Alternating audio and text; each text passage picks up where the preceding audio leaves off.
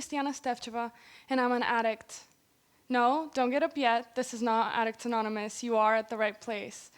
I say that I'm an addict because my life has historically been ruled by a deep obsession that takes over my entire life, after which I am free to move on to the next one. However, for that period of time, my brain has the capacity for one topic, and that one topic only, ultimately making me the single most boring interlocutor on the planet. In my life, I had known how to repair an iPhone, how to write an encyclopedia on the fashion during the Renaissance, and even how to paint the entire Phineas and Ferb cast on my nails. Moreover, my life was changed at 10 years old when a new obsession began, and I discovered a piece of technology that was so revolutionary I couldn't believe it. And I'm talking about cable television.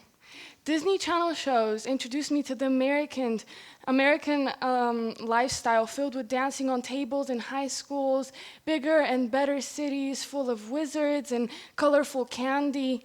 Foreign ideas seeped through even the simplest of shows, allowing me to see how much more life was advanced in the West compared to Bulgaria. So, naturally, I set my goal at the ripe old age of 10 that I'm gonna make my parents pack up their things and move to America. My parents entertained this idea for a while, only to further fuel my obsession. After about a year of reading laws on immigration to the States, visa requirements, and even insisting that my monolingual Bulgarian family only speak English in the house, my parents had it. They had to sit me down and tell me that I cannot keep signing them up for more green card scams, and that we cannot, after all, move to America. I'll forever remember this as my first heartbreak. I had to move on somehow, so I set another goal, that I'll move to the US for college. But college was so far away from fourth grade me, I needed a more tangible goal. That's when I found out about the Anglo-American School of Sofia. It was like a fog over my path in life had been lifted, and I finally knew what I had to do. In 7th grade, after 3 years of obsession mainly, but also a bit of studying and a bit of doing math, I got accepted to AAS with a full scholarship. I was over the moon. I was finally on the right track to achieve my dream. It was possible. But I started growing up, and as I grew up, I retained my end goal, but my why slowly started to disappear. For a while, I tried to remember all the interesting people, sites, and things in America, but I also started reading the news. And the news were filled with discrimination and injustice in the American system. And I would tell people in my life, you know, the adults, I'd tell them about my dream, and they'd just laugh at me like I was some kid who didn't know any better. And I really felt like the cover of this dream was slipping, and I was finally able to see inside the book. So the comments by people in my life made me furious, and I wanted to do more research so that I know better. And that's when I found out that according to the Commonwealth Fund, the US ranks 11th among the 11 high-income countries based on their healthcare system. The US also ranks 122nd in the Global Peace Index as measured by the Institute for Economics and Peace. Procon ranks America 12th for obesity, with 36% of their adult population being obese.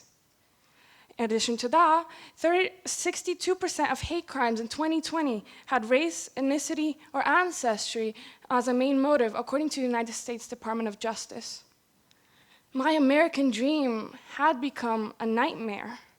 Was this really the country that I spent so much of my life dreaming to go live in? I thought that listening to others' opinions was going to open my eyes. Being evaluative was going to help me understand the world better, and reading about horrible statistics was going to make me see another side of the coin. It did nothing like that. I thought I had discovered the hardback cover beneath the dust jacket. In truth, my initial dreams were just as oversimplified as the morbid revelations I was having. Furthermore, dreams and goals should not be based on kids' movies, and they should definitely not be based on hard and cold statistics. So, have I decided whether or not I want to go to America yet? No, but that is not a decision that I need to make right now. I will go to the country that will offer me the best education, then the best job, and then the best retirement, regardless of their obesity rate. So, as Shivaneji writes in Freedom of Life, never judge. Go find yourself first. Generalities and oversimplifications are the easiest ways to cloud your judgment and stop yourself from ending up on top of a high school lunch table dancing to the soundtrack of a Disney movie.